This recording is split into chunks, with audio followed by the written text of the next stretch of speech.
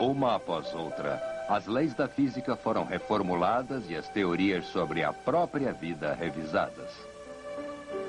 Enquanto a ciência e a tecnologia mudam radicalmente nossas vidas para melhor e para pior, lembramos mais uma vez que na sabedoria também se encontra o desgosto. A caminho do futuro, neste episódio de A Tradição Ocidental.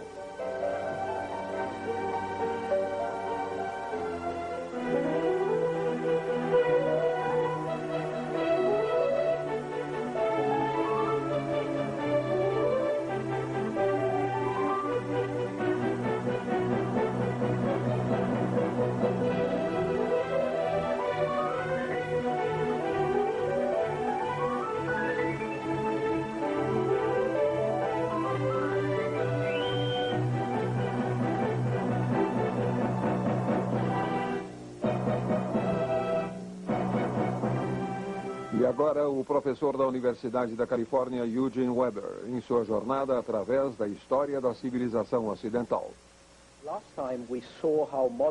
Na última vez, vimos como a tecnologia moderna tornou a vida mais fácil para as pessoas, de forma nunca antes imaginada. Mas houve outra revolução ainda maior no século XX. Uma que deu à humanidade a libertação parcial de seu destino biológico. Foi em 1901, por exemplo, que os primeiros prêmios Nobel foram entregues. O prêmio de física foi para Wilhelm Röntgen por seu trabalho com o raio-x, que na época muitos viam como uma curiosidade, mais ou menos como o cinema e os balões. E o prêmio de medicina daquele ano foi para Emil von Behring por sua pesquisa da difteria. Ambos os prêmios ilustram os espetaculares avanços feitos na medicina que o século XX iria levar ainda mais longe.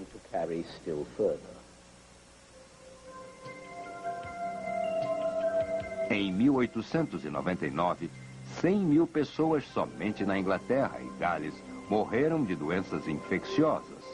Mas em nosso século, a vacinação, inoculação, medicina preventiva e higiene preventiva tornariam tais problemas obsoletos.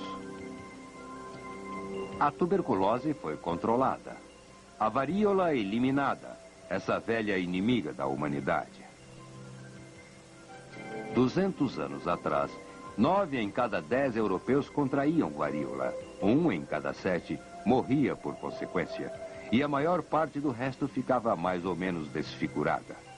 Em meados do século XX, esta praga já era apenas uma vaga lembrança, junto com a cólera, coqueluche, difteria e, após 1954, poliomielite. Nossas principais doenças hoje estão ligadas à maior longevidade, como o câncer, e à vida estressada, como as doenças cardíacas. Até mesmo a AIDS decorre dos avanços no transporte mundial, como ocorreu com a sífilis no século XVI. Algumas pragas apenas demoraram mais tempo a desaparecer. A transmissão de tifo por contato humano foi descoberta em 1909, mas as condições em que isto acontecia não podiam ser facilmente eliminadas. Durante a Primeira Grande Guerra, por exemplo, a maior parte das mortes entre sérvios não ocorreu nas batalhas, mas sim pelo tifo. Entre 1917 e 1921, a doença atingiu cerca de 25 milhões de pessoas nos territórios soviéticos e causou 3 milhões de mortes. Com a recessão da fome, miséria e sujeira, o tifo retrocedeu. A luta contra as doenças estava passando a uma luta contra as condições que forneceriam doenças, as águas paradas, mosquitos, desnutrição e sujeira. Mas a luta também foi auxiliada pelo desenvolvimento de drogas, soros e antibióticos cada vez mais eficazes, todos acelerados pelas 2 guerras mundiais.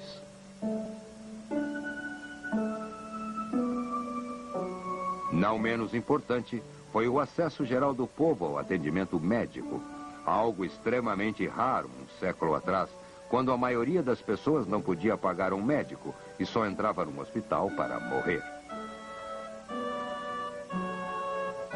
Com o cuidado médico, a taxa de mortalidade caiu, a longevidade aumentou. Mas, como nada jamais tem um só lado, o progresso da medicina moderna e da saúde pública trouxe novos problemas em seu rastro. A taxa de mortalidade em declínio resultou num enorme aumento da população. Apesar do dramático crescimento na produção agrícola mundial, devido em grande parte a fertilizantes sintéticos nitrogenados, criados por um químico alemão em 1910, não havia comida suficiente para alimentar tantas pessoas. Embora isto fosse evidente em países subdesenvolvidos, onde a fome, incompetência dos governos e corrupção ainda eram uma constante, o problema estava começando a ser identificado até mesmo no rico Ocidente. Mas a bomba demográfica causou menos preocupação que bombas de outros tipos. O verão de 1945 trouxe as primeiras explosões de dispositivos atômicos que liberavam enorme poder, fosse por bem ou por mal. Como sempre acelerado pela guerra, isto ocorreu como o ápice de uma pesquisa em física que já ocorria desde o início do século na Europa. Por volta de 1911, o trabalho do casal Curie na França e de Rutherford na Inglaterra revelou a instabilidade e a desintegração de átomos em substâncias radiativas.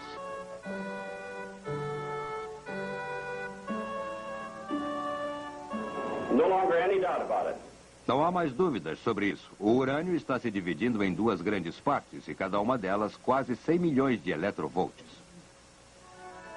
Os átomos antes eram considerados como a base sólida e indivisível do mundo material. Agora podiam ser divididos, liberando energia como consequência. Era um princípio fundamental das teorias clássicas que a luz, energia e matéria eram ao mesmo tempo entidades contínuas e separadas. Mas as pesquisas na Alemanha, Dinamarca, Suíça e Itália sugeriam que quando os corpos emitem luz, na verdade irradiam uma energia que pulsa em medidas infinitesimais, em quanta, proporcionais à frequência de uma radiação intermitente. Uma após outra, as sólidas noções que serviam de base para a ciência começaram a ruir. Uma nova física trazia novas hipóteses sobre a estrutura do universo, a matéria e a percepção. O cubismo de Picasso e o surrealismo de Dalí refletiam isso na pintura e escultura. O enfoque de Freud sobre o inconsciente configurou-se na livre associação dos surrealistas e na aparente incoerência deliberada de alguém como James Joyce na literatura. Os princípios matemáticos de Isaac Newton, o racionalismo, o determinismo mecânico dos últimos 300 anos estavam sendo transformados em um novo relativismo. Em 1905, a teoria de Albert Einstein sobre a relatividade especial sugeria que nem o tempo nem o espaço eram absolutos. Não existiam mais absolutos. Em 1915, a teoria geral de Einstein sobre a relatividade apresentou a matéria como apenas mais uma forma de energia. E o componente básico da matéria, o átomo, um minúsculo composto de energia comprimida, podia transformar-se em luz ou calor, ou ambos. Mas esta transformação de matéria em energia, que Rutherford chamou de nova alquimia, poderia ser ativada com o bombardeio dos átomos por partículas menores, subatômicas. Em 1932, o primeiro ciclotron foi construído para acelerar o bombardeio. E também descobriu-se que, no caso dos átomos de certos elementos, como o urânio, A desintegração era acompanhada por uma reação em cadeia que produzia uma intensa emissão de energia, a qual podia ser controlada em um reator nuclear ou contida em uma bomba.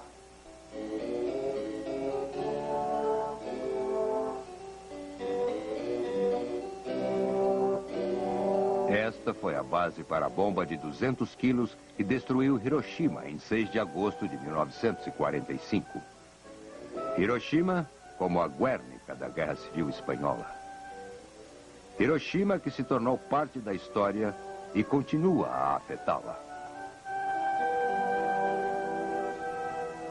O terror justificado pelos efeitos potenciais de uma bomba atômica ou armas ainda piores, tudo isto ajudou a evitar maiores conflitos durante 50 anos extremamente nervosos. Mas isso também produziu ansiedade e culpa universal sobre a capacidade do homem de destruir a humanidade e, mais especificamente, sobre os perigos da ciência e da tecnologia.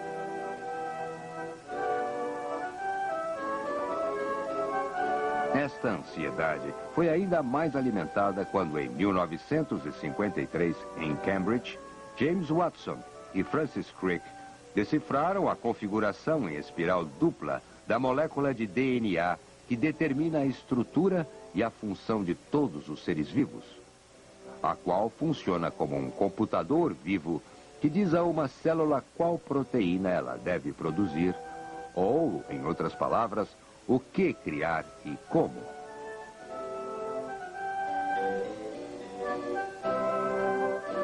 Em 1972, a teoria foi aplicada quando os cientistas na Califórnia conseguiram dividir e recombinar o DNA e usá-lo para um fim específico. O passo da teoria à aplicação levara meio século na física nuclear, mas foram precisos menos de 20 anos para o homem produzir micro-organismos.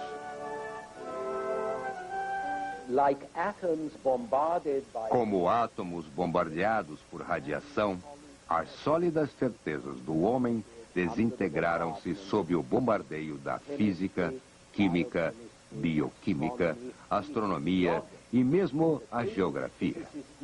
O físico dinamarquês Niels Bohr já explicava isso em 1938.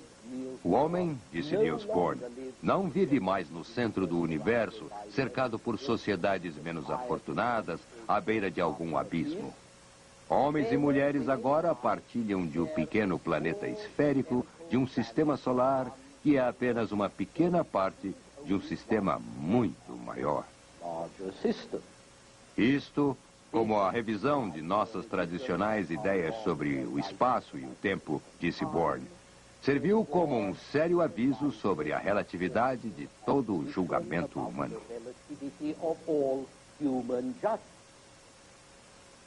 Assim, o que temos aqui é uma repetição contemporânea da Revolução de Copérnico 300 anos atrás.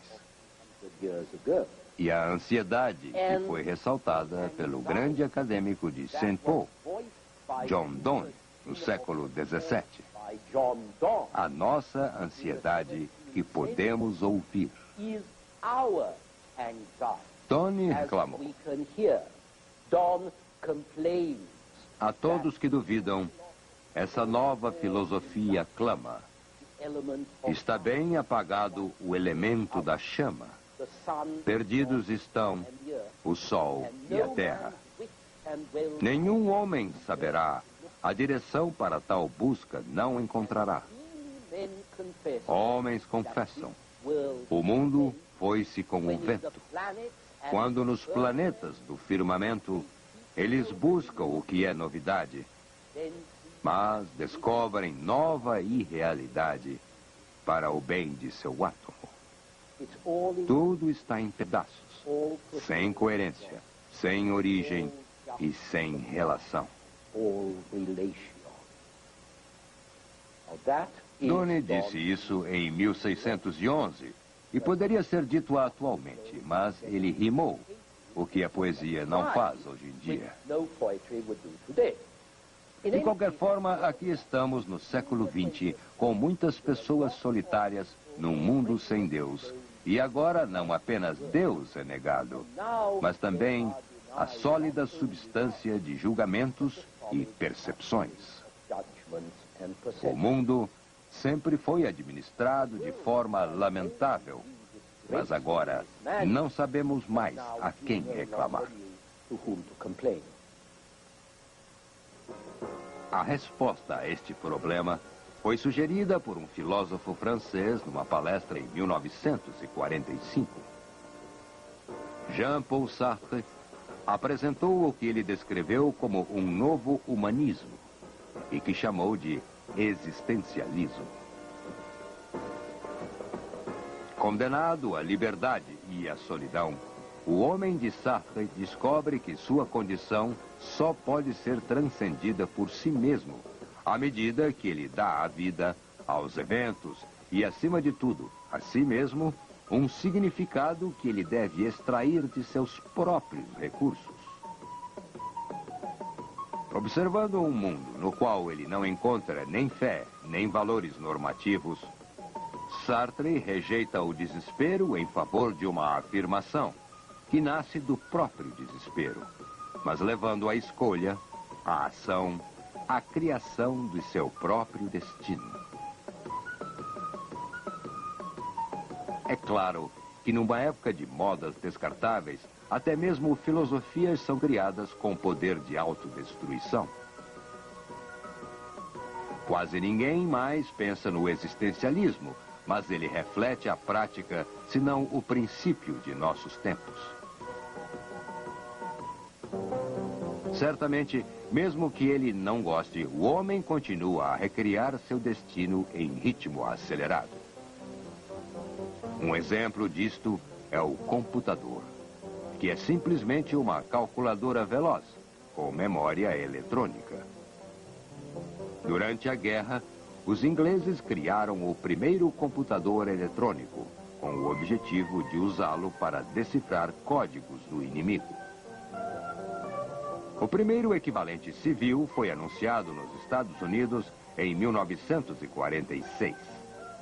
Ele pesava 30 toneladas, ocupava o espaço de uma garagem para 2 carros e continha 18.000 tubos de vácuo, que falhavam a média de 1 a cada 7 minutos. Na década de 80, um minúsculo chip de silicone já oferecia a mesma capacidade de computação, e qualquer computador pessoal de $1.000 hoje em dia faz mais do que aquilo que custou $500 milhão 30 anos atrás. Os computadores afetaram radicalmente nossas vidas para o bem ou para o mal, e não podem mais ser descartados sem causar uma catástrofe. Assim, a ciência e a tecnologia mudaram nosso modo de vida, mas não a natureza nem as paixões da humanidade. Após um século de afirmações de que os problemas podem ser resolvidos pela ciência, pela razão ou por atos de determinação, temos que admitir que alguns problemas não podem ser resolvidos, ou que suas soluções trazem outros problemas, algo que Eclesiastes da Bíblia já sabia há muito tempo atrás.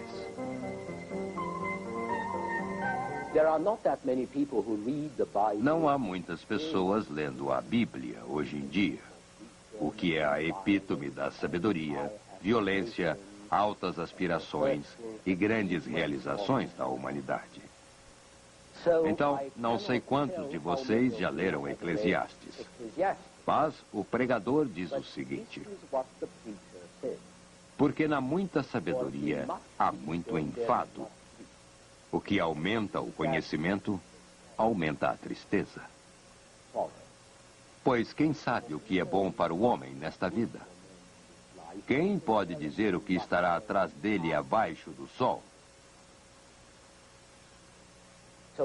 Então, no 3º século antes de Cristo, o sábio hebreu sugere que tudo é vaidade e vexação do espírito. E tenho certeza de que ele não foi o primeiro a dizê-lo. Algumas coisas mudaram, outras não mudaram em nada. Mas se ainda não sabemos para onde iremos, pelo menos enfrentamos nossa vicissitude, a vicissitude humana, em conforto muito maior do que Eclesiastes conheceu. E isso é uma ajuda. Quanto à tradição ocidental, se você analisar as coisas como nós a vemos, o fator mais marcante da tradição ocidental é que não há só uma, e sim várias. Ela inclui totalitarismo e individualismo, iniciativa pessoal e centralização, obediência e revolta, crença e indagação, inércia e empreendimento, conflito e reconciliação. É isso que faz nossa cultura. Aquilo que torna nossa cultura tão provocante, tão acessível a qualquer tipo de referência. São as páginas amarelas da conduta humana, dos valores humanos. Mas creio que haja duas constantes infalíveis. Uma delas é a curiosidade. A missão que leva alguns de nós a indagar, a buscar mais do que os outros. E a outra é a ambição, que leva alguns de nós a esforços maiores e a realizar mais. E se você pensar bem, nosso santo padroeiro é Prometeu, da mitologia grega, que roubou o fogo dos deuses. É com esta nota que encerro, dando a vocês alguns trechos de Wordsworth. Ainda voa a corrente e eternamente voará. A forma permanece. A função jamais morrerá. Enquanto nós, os bravos, os poderosos e os sábios, nós homens, que na aurora da juventude desafiamos os elementos, devemos desaparecer. Que assim seja. Já basta que o produto de nossas mãos tenha o poder de agir, de servir à hora futura e de viver. E que marchando para a tumba nos calamos pelo amor, pela esperança e pela eterna dádiva da fé. Sentimos que somos ainda maiores do que pensamos.